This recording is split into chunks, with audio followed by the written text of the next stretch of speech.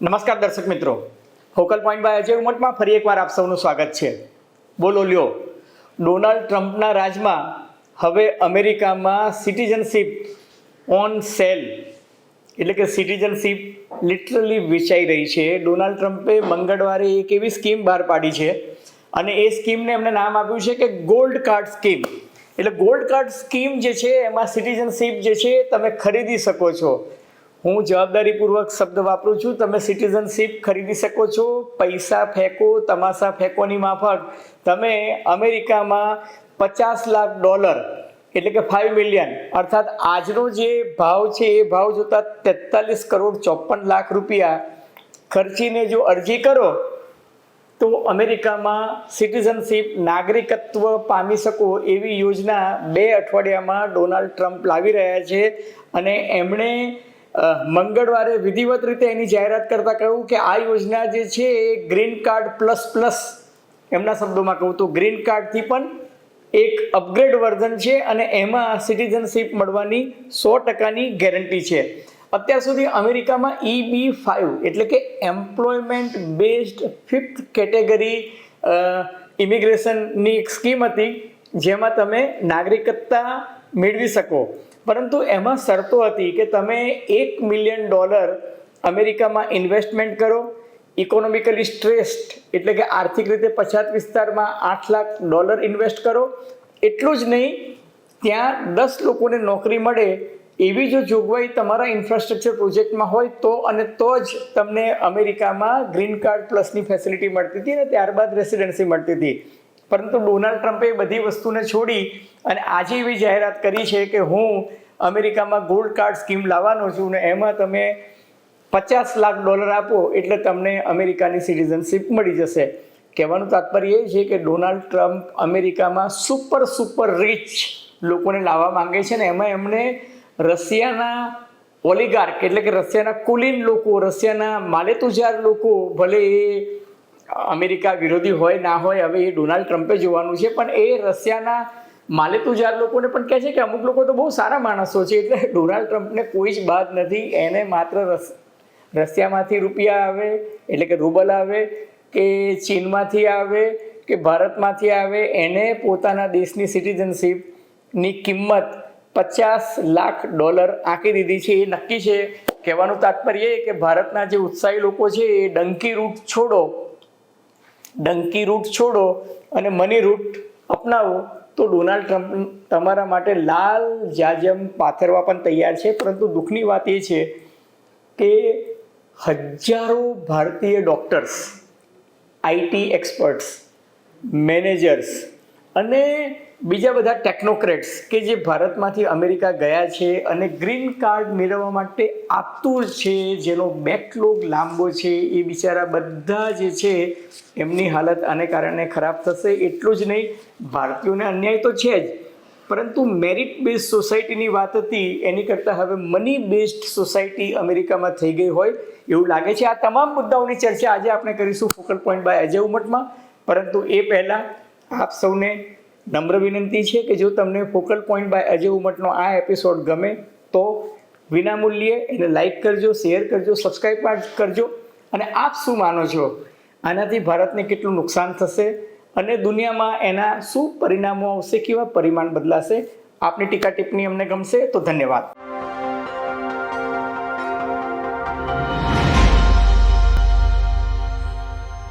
તો મિત્રો, Donald Trump છે ને એ દુનિયાભરના અખબારો અને ચેનલોને હેડલાઇન આપવા માટે ફરી એકવાર મશહૂર થઈ ગયા છે. મંગળવારે એમને જાહેરાત કરી દીધી કે હું અમેરિકામાં US સિટીઝનશીપમાં એક નવું આયામ ઉમેરવા માગું છું. અને એમણે એવું કીધું કે US સિટીઝનશીપ અને ઇમિગ્રન્ટ સર્વિસ જે છે, જેને આપણે USCIS કહીએ છીએ, એના ઓઠા હેઠળ એ અમેરિકામાં જે પ્રવર્તમાન સ્કીમ ચાલે છે EB-5 એટલે કે એમ્પ્લોયમેન્ટ બેઝડ 5th કેટેગરી સિટીઝનશીપની જે યોજના છે એ યોજનાને હવે નાબૂદ કરવા માંગે છે અને એની જગ્યાએ દુનિયાભરના માલેતુજાર, સમૃદ્ધ, સુપર રિચ લોકોને અમેરિકામાં લાવવા માંગે છે. ને એના માટે એમને એક કિંમત નક્કી કરી છે. એમણે કહ્યું છે કે 2 અઠવાડિયા પછી વિધિવત રીતે આ નવી યોજનાની જાહેરાત થશે અને એમાં $50 લાખ તમે અરજી સાથે જમા કરાવો તો તમને ચકાસણીના અંતે અમેરિકામાં સિટીઝનશીપ મળી શકે છે.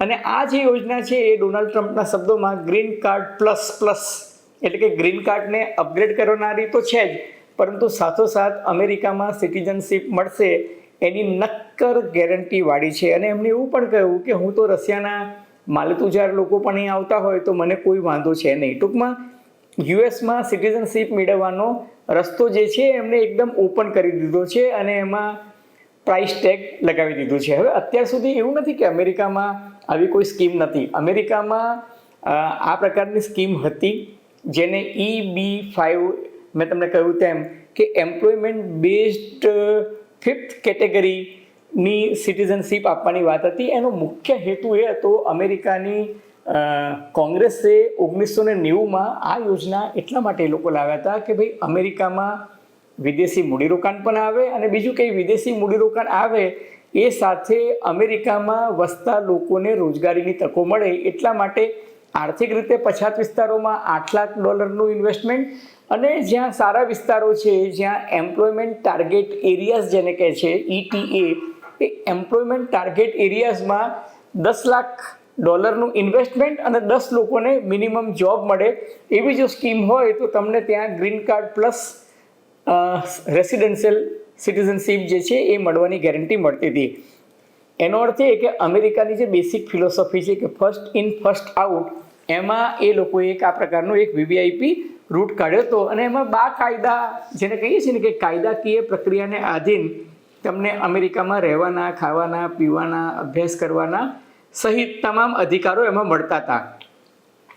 પણ જે EB-5 સ્કીમ હતી એનો મુખ્ય હેતુ અમેરિકામાં મૂડીરોકાણ અને એમ્પ્લોયમેન્ટ ઓપોર્ચ્યુનિટી, એટલે કે રોજગારીની તકો જનરેટ કરવાનું હતું.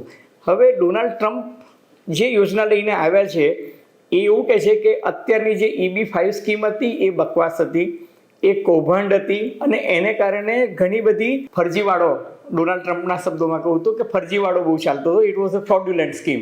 એટલે ડોનાલ્ડ ટ્રમ્પે એને બંધ કરવાનો નિર્ણય લીધો છે. અને એમણે એવું કીધું છે કે ભાઈ હું ઈચ્છું છું કે અમેરિકામાં ધંધાદારી, માલેતુજાર, સમૃદ્ધ લોકો આવે, એટલું જ નહીં, એના કારણે ડોનાલ્ડ ટ્રમ્પ માને છે કે અમેરિકામાં રોજગારી વધશે, અમેરિકામાં મેન્યુફેક્ચરિંગ વધારવાનો એમની જે યોજના છે એ મેન્યુફેક્ચરિંગ વધશે, અમેરિકામાં મૂડીરોકાણ આવશે. અને બીજું સૌથી મહત્વની વાત, ડોનાલ્ડ ટ્રમ્પ એવું માને છે કે અમેરિકામાં જે લોકો સિટીઝનશીપ લેશે એની જે ગ્લોબલ ઇન્કમ હોય એ ગ્લોબલ ઇન્કમ પર પણ ટેક્સ એને અમેરિકામાં ભરવો પડશે.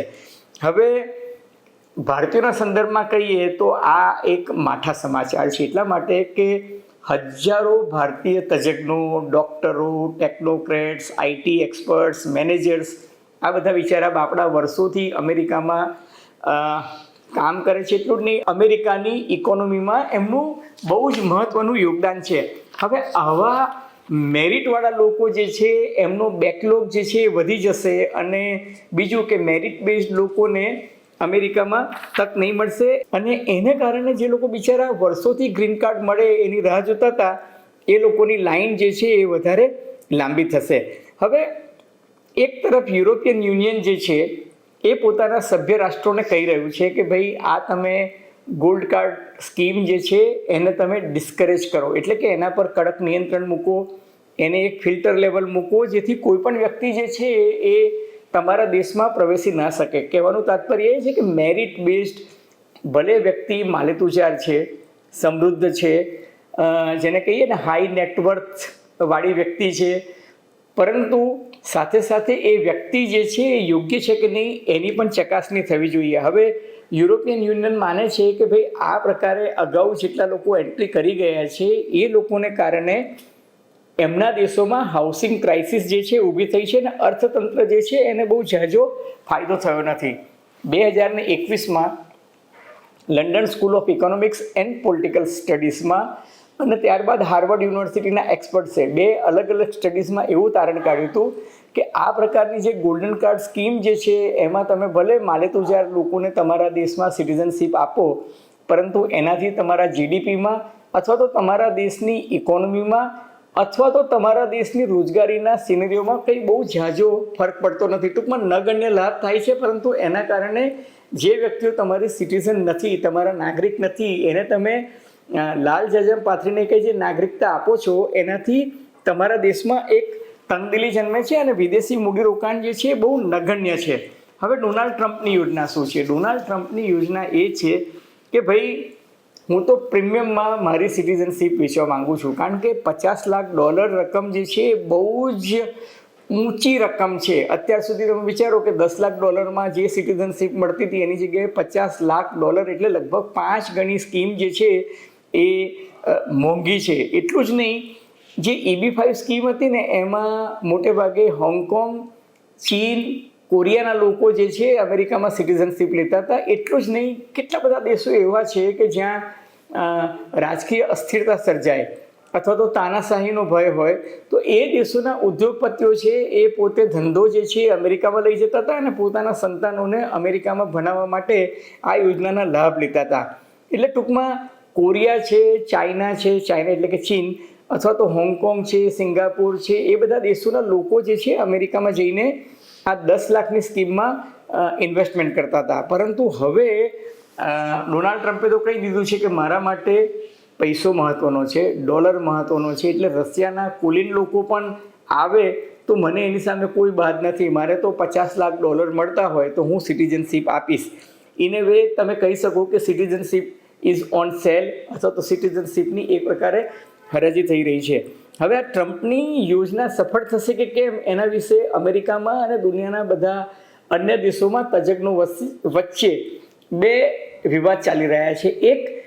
એક તો આ બહુ મોંઘી સ્કીમ છે. બીજું કે અમેરિકામાં સિટીઝનશીપ લઈને તમારી ગ્લોબલ ઇન્કમ પર બી ટેક્સ ભરવાનો એ વાત વ્યવહારિક જણાતી નથી. અને ત્રીજું કે ડોનાલ્ડ ટ્રમ્પ એક્ઝિક્યુટિવ ઓર્ડરથી કહી દે કે હું ગોલ્ડ કાર્ડ સ્કીમ લઈને આવવાનો છું, તો એ વાત જે છે એને જો કાનૂની રીતે પડકારવામાં આવશે તો શક્ય છે કે અગાઉ પણ જ્યારે ડોનાલ્ડ ટ્રમ્પે આ $10 લાખની જે ફી હતી એ વધારવાની વાત કરી હતી તો ફેડરલ જજે એ નિર્ણયને અટકાવી દીધું હતું. કારણ કે આ ડિસિઝન જે છે, આ કાયદો જે છે અમેરિકાની કોંગ્રેસમાં પસાર થયેલો છે.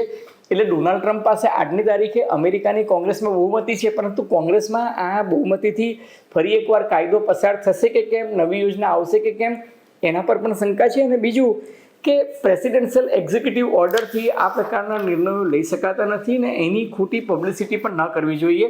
અલબત્ત આ તો ડોનાલ્ડ ટ્રમ્પ છે એટલે સત્તા આગળ સ્થાન પર નકામું છે. અમેરિકામાં આ ઘટનાક્રમનો વિરોધ થાય એવી સંભાવનાઓ છે. હવે આ ડોનાલ્ડ ટ્રમ્પની કોઈ આગવી સૂઝ કે કોઈ ઇનોવેટિવ આઈડિયા નથી. દુનિયાભરના દેશો, લગભગ 100 જેટલા દેશો છે કે જ્યાં ગોલ્ડ કાર્ડ સ્કીમ જે છે અવેલેબલ છે, પરંતુ દરેક દેશ છે ને એમાં એક ફિલ્ટર લેવલ રાખે છે. દાખલા તરીકે હાઈ નેટવર્થ વાળા લોકો જે છે એને લેવા એ સારી બાબત છે, પરંતુ છતાંય ચકાસીને, જેને કહે છે ને ટકોરા મારીને લેવા જોઈએ. કેટલાક દેશો એવા છે કે જે માત્ર ઇન્વેસ્ટમેન્ટ ખાતર લઈ શકે છે, જે દેશોની પોતાની આર્થિક સ્થિતિ સારી નથી. દાખલા તરીકે એક જમાનામાં માલ્ટા છે, ઇજિપ્ત છે કે જોર્ડન છે, એમને ત્યાં માત્ર ને માત્ર ઇન્વેસ્ટમેન્ટ એ ક્રાઇટેરિયા હતો. અને જો ઇન્વેસ્ટમેન્ટ તમે કરો એ દેશમાં, એમની જે કોઈ નિર્ધારિત રકમ હોય તો તમને સિટીઝનશીપ એ દેશોમાં મળી જતી હતી. આની શરૂઆત જે છે ને એ પોર્ટુગલે કરી હતી. પોર્ટુગલની આર્થિક સ્થિતિ એક તબક્કે ખરાબ હતી. માત્ર પોર્ટુગલની નહીં, પોર્ટુગલ છે, આયર્લેન્ડ છે, ગ્રીસ છે, હંગેરી છે, આ બધા દેશોની જ્યારે આર્થિક સ્થિતિ ખરાબ હતી ત્યારે એ લોકોએ પણ ગોલ્ડ કાર્ડ રૂટ અપનાવ્યો હતો. પરંતુ પોર્ટુગલ છે, દાખલા તરીકે હું તમને પોર્ટુગલનું ઉદાહરણ આપું તો પોર્ટુગલમાં નિયમ એવો હતો કે તમે 3.5 લાખ યુરો નો ખર્ચ અથવા તો એટલું મૂડીરોકાણ પોર્ટુગલમાં કોઈ સંપત્તિમાં કરો તો તમને રેસિડેન્સી એટલે કે સિટીઝનશીપ મળતી હતી. પણ એ સિટીઝનશીપ કન્ફર્મ થતી હતી 5 વર્ષ પછી. એટલે તમે 3.5 લાખ યુરોનું મૂડીરોકાણ કરો, એના 5 વર્ષ પછી તમને કન્ફર્મ સિટીઝનશીપ મળે ને ત્યાં સુધી તમને રહેવાનો અધિકાર મળે. આજની તારીખે અમેરિકા ઉપરાંત યુકે છે, કેનેડા છે, ઓસ્ટ્રિયા છે, ગ્રીસ છે, સ્પેન છે, માલ્ટા છે, ઇટાલી છે, આ બધા દેશોમાં અલગ અલગ પ્રકારે આ સ્કીમ અવેલેબલ છે. પરંતુ દરેક દેશોમાં એક વસ્તુની તકેદારી રખાય છે કે ભાઈ જે વ્યક્તિને આપણે સિટીઝનશીપ આપીએ, કેટલાક દેશોમાં એવું અવલોકન થયું છે કે એ લોકો ગરીબ દેશોમાં જઈ, માલેતુજાર લોકો ત્યાં જઈને ત્યાંના સ્થાનિક લોકોનું શોષણ કરે છે. એમના મૂળભૂત બંધારણીય અધિકારો છે એના પર ક્યારેક તરાપ પણ વાગે છે. અને ત્રીજી સૌથી મહત્વની વાત છે કે સોસાયટી જે ટેલેન્ટ બેઝડ હોવી જોઈએ, મેરિટ બેઝડ હોવી જોઈએ, એની જગ્યાએ મની બેઝડ સોસાયટી થઈ જાય છે. એટલે અમેરિકામાં આજની તારીખે ડોનાલ્ડ ટ્રમ્પે આ સ્કીમ તો જાહેર કરી દીધી છે, એને પ્રાઇસ ટેગ પણ બહુ ઊંચું રાખ્યું છે, $50 લાખ રાખ્યું છે, છતાં પણ ટેક્સ પણ હાઈ રાખ્યો છે. છતાં પણ અગાઉ જેમ ફેડરલ જજે આ ડિસિઝન પર બ્રેક મારી હતી, એમ ભવિષ્યમાં જો અને કાનૂની પ્રક્રિયાથી પડકારવામાં આવે તો અદાલતમાં પણ એના પર સ્ટે આવી શકે છે અને અમેરિકી કોંગ્રેસ જે છે એને પસાર કરશે કે કેમ એ અંગે પણ બે મત ચાલે છે. અલબત્ત આગે દેખો હોતા હૈ ક્યાં, ડોનાલ્ડ ટ્રમ્પ છે તો ખબરો આવતી રહેશે, હેડલાઇન બનતી રહેશે અને ચર્ચાનું ચકડોળ જે છે એ ચાલતું રહેશે. ફોકલ પોઈન્ટ બાય અજય ઉમટનો આ એપિસોડ તમને નવ ગુજરાત સમય અને અમદાવાદ મિરરના સથવારે જો ગમ્યો હોય તો મહેરબાની કરીને એને લાઇક કરજો, શેર કરજો, સબસ્ક્રાઈબ કરજો. અને આપ શું માનો છો, આ યોજનાથી શું થશે? ભારતીય લોકો જેને અમેરિકન ડ્રીમ કે અમેરિકાનું ઘેલું લાગ્યું છે એ ડંકી રૂટ કે કેનેડા રૂટ કે મેક્સિકો રૂટથી જતાં બંધ થશે? અને તમને લાગે છે કે 43 કરોડ ને 54 લાખ રૂપિયા કોઈ પાસે હોય તો એ અમેરિકા જવાનું સ્વપ્ન સેવે?